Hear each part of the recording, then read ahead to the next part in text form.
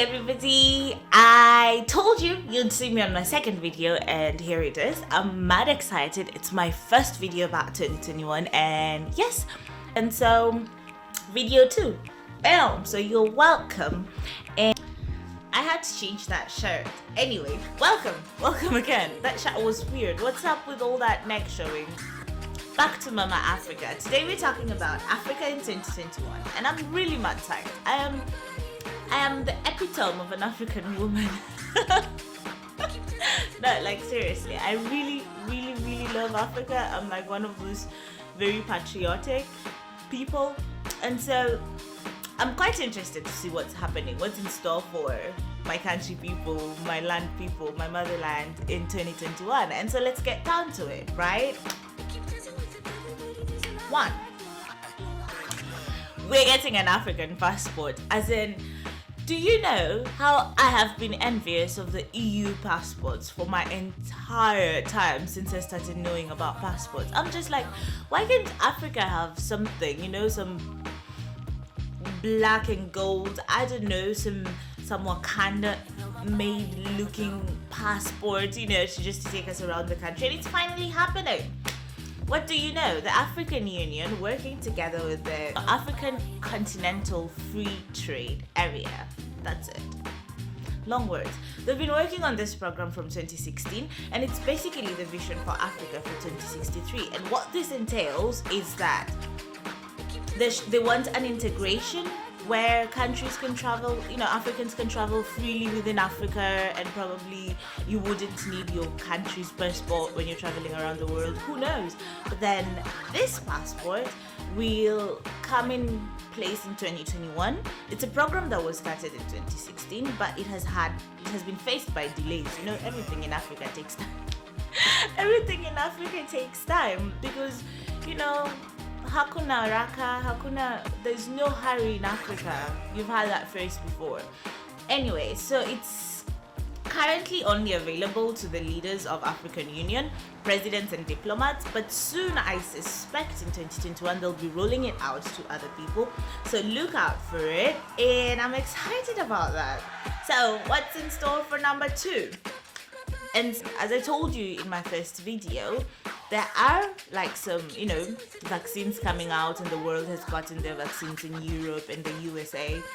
But Africa, according to African Union CDC, Africa is gonna get hit last with Corona, the second wave, and it's gonna be worse in Africa when all these other countries are recovering.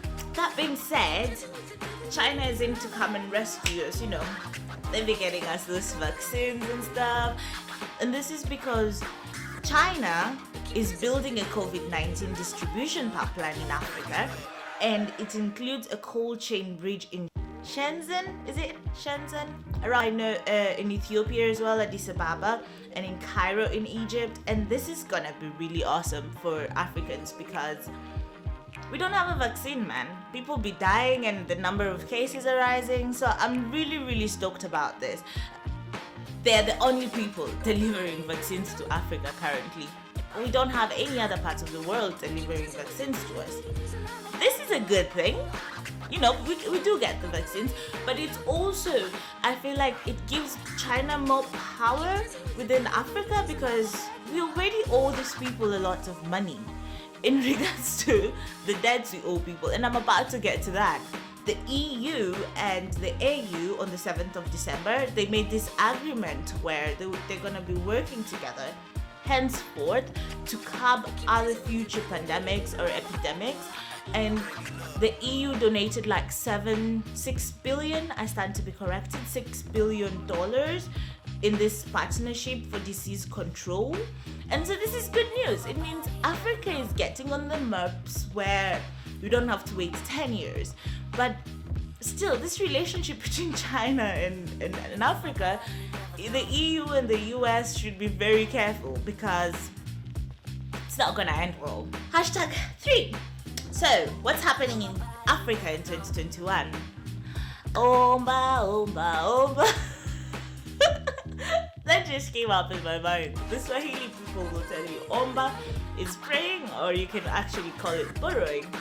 And so what is happening in the landscape of borrowing, because you do know that most African revenues is based on loans, right?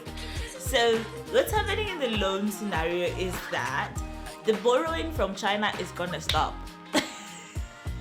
Yeah, I know. I just said the relationship was gonna tighten, but they've already said, no, bitch, better have my money. And Africa was like, no, we don't have your money, but could we have some more? And then China was like, y'all are starting to become a bit too, you don't do your due diligence to pay back the money. So the two banks that have been paying money to Africa, which is the Development Bank and the Exim Bank, now say they're reducing their lending.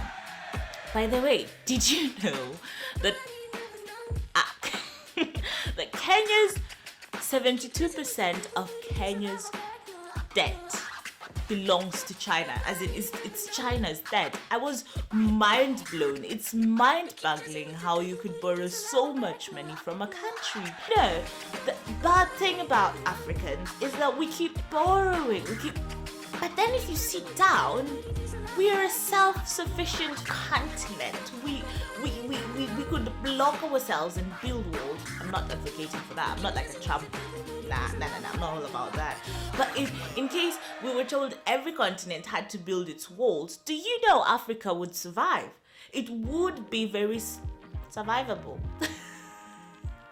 If that's an English word. So to me, it's insane that people keep borrowing debts that my generation, to my fifth generation, they're still gonna be paying for this debt. What kind of craziness is that? What kind of leadership is that? You don't put your people in a place where they have to be fed hand and mouth. And then you know where all this money goes? That is why I had a problem with BBI. Reports like BBI and other changes that are happening within the African government, where they want more politicians, more members of parliament, more representatives. This means more allowances to these people. This means more cars, more fuel, more everything. And you know what? It only annoys me that then what gets taxed is the common people. And that's so annoying.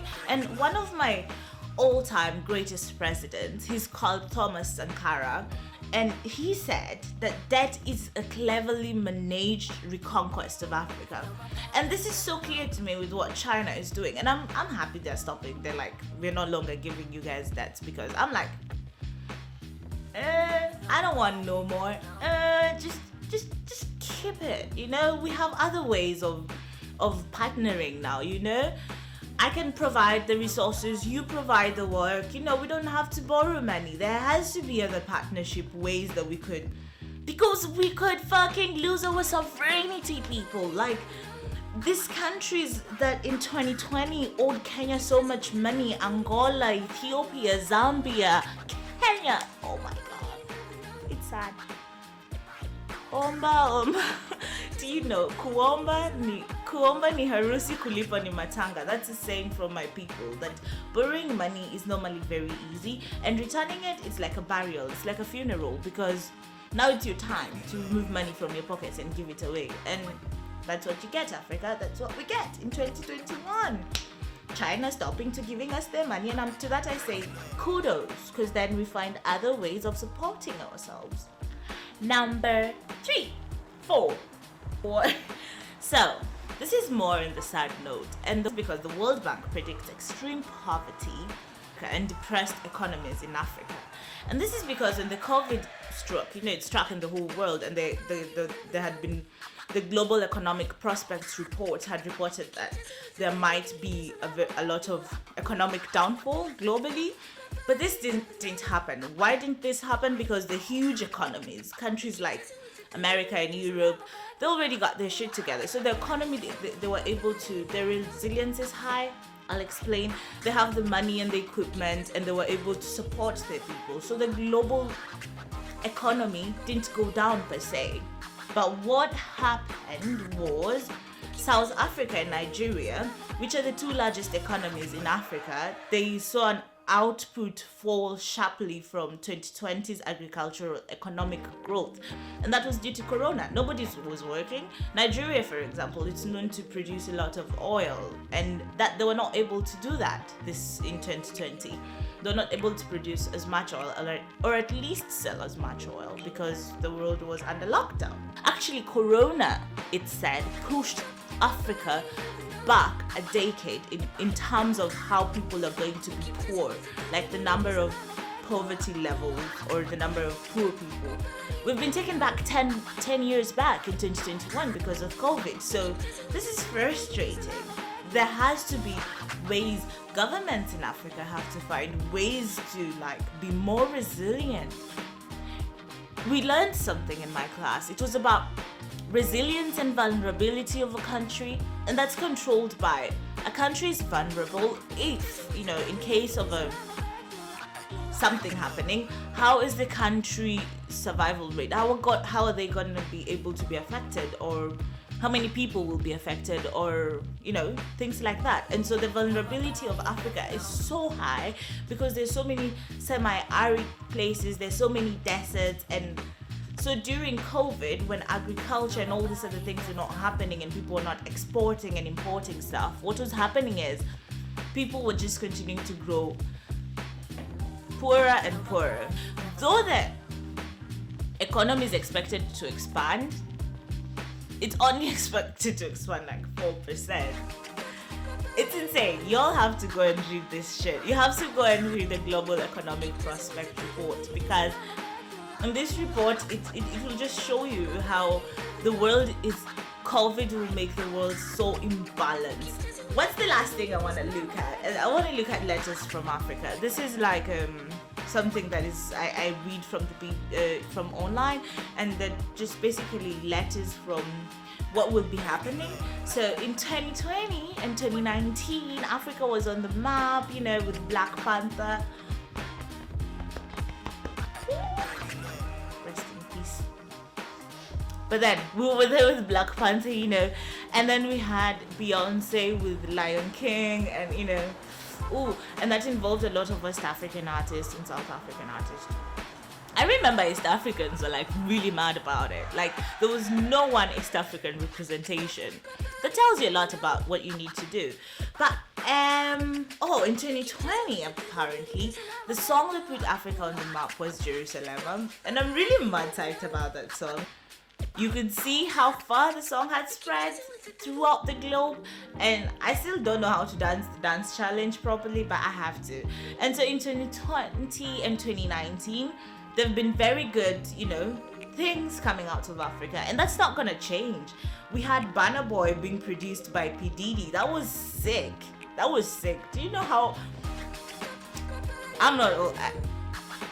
That was sick. Anyway, but according to 2021, I feel a lot of the music that's going to come out of Africa, or a lot of the art that is going to come out of Africa, is going to be a lot of, as I said, in 2021, I just feel like the revolutions will continue.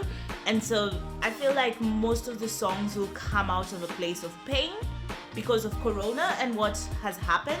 Most of the art will reflect on the infringement of human rights in different countries in Africa. And so I feel that, the Norwegian Refugee Council the other day said that Africa has 9 out of 10 most ignored global crises happening right under our noses. Crises that have been going on for years and years and years and years, And so in 2020, some of these crises were highlighted. And so I feel like coming up in 2021, a lot of the things that people are gonna be talking about is a lot of how shitty leaders have been, and a lot of songs about human rights and, love, peace and harmony, because that's how we felt in 2020. And we have a habit of taking things from another year, previous year, and bringing it on. So overall, these are my major newses, my major points, because they consider the whole of Africa. But I want to highlight that there is so many things happening in Africa right now that I don't even know. Honestly, we have to either find a way to reconvene and, you know, be as one and take charge of our country, of our lands. And that's because in Ethiopia, there's the problem with the Tigrays. In Somalia, there is the problem with Al-Shabaab.